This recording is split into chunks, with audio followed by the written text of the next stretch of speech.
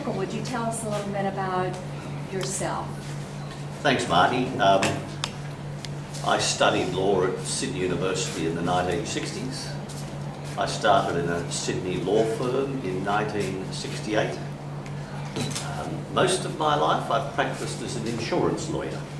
I've done other things outside of the firm, and within the firm I've been chairman of partners and managing partner, those things. In 2008 I retired as a partner and became a consultant.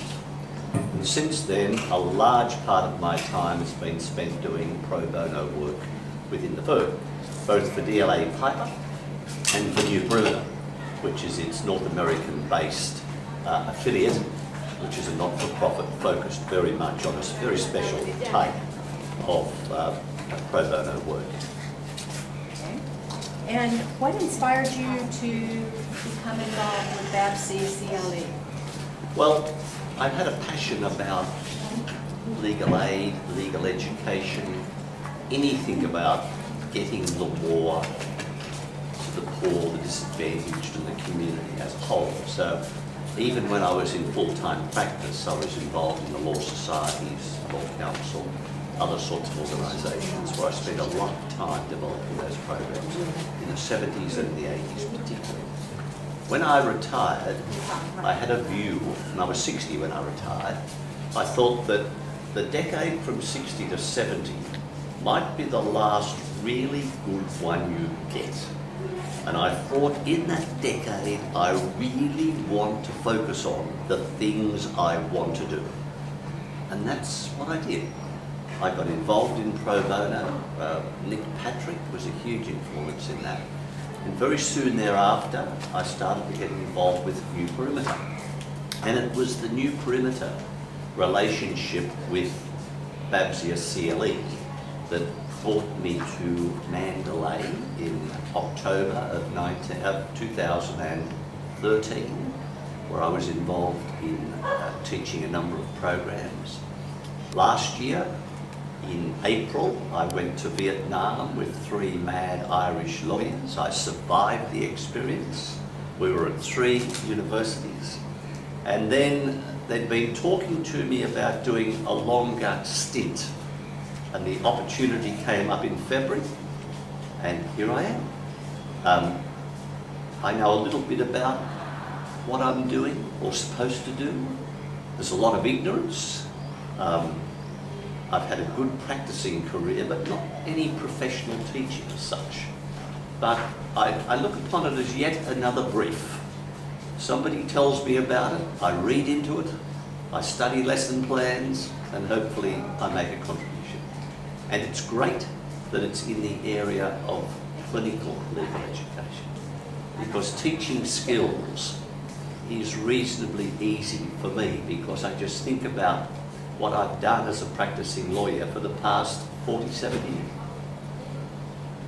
And so now you're passing those skills on to new lawyers, or students who will become new lawyers.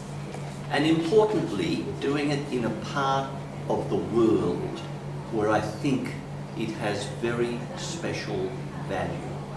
I think in our lives, we come across many people in need and many needs. But one philosophy that I subscribe to is you should always look for the greatest need. It's very easy to meet the needs close to home, where they may not be hugely great by world standards. But I think for those of us who know a bit about the world, the challenge is consistent with the gifts that you've been given. Get out there and find the greatest need that you can assist with. And I think in this part of the world, which is so critical to peace in the world, we can make a huge difference with the future generations of lawyers. What a wonderful goal.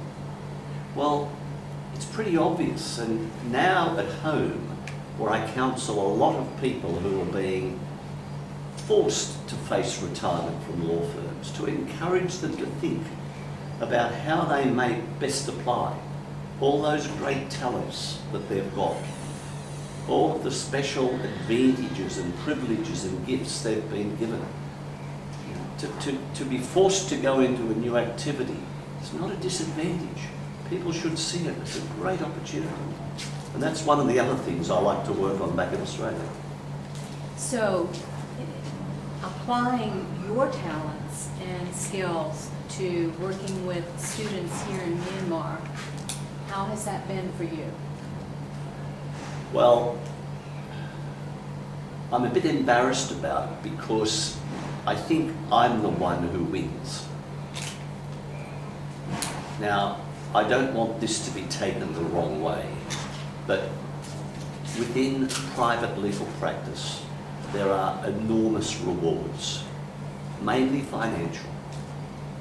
Within what I'm doing now, there are even greater rewards because of, as we've experienced over the last 2 days with 40 or 50 students, you can see a tangible change taking place before your eyes. You can feel the gratitude. You look at the smiles on their faces. I've not had too many client experiences like that. And at this stage in my life, to be refueled every day with that youthful enthusiasm, that passion, that focus on the future, it prolongs my life maybe, but more important for today, it makes my life more meaningful. And that's why I say I'm embarrassed about it, because most people looking at this dynamic think that I am the one who's the giver, whereas I'm in the presence of the givers. Well said. They say that the teacher is the one who learns the most. Absolutely. And you seem to be having that experience. Every day of my life, and particularly if we can keep connecting with the young. Yeah. And what will you remember most about this experience with the mock trial workshop in Myanmar? Well, there's a certain consistency about all of this. I would have to say Bruce, I'm a great admirer of Bruce's. You know, it's enough to admire the passion which he exhibits on a daily basis.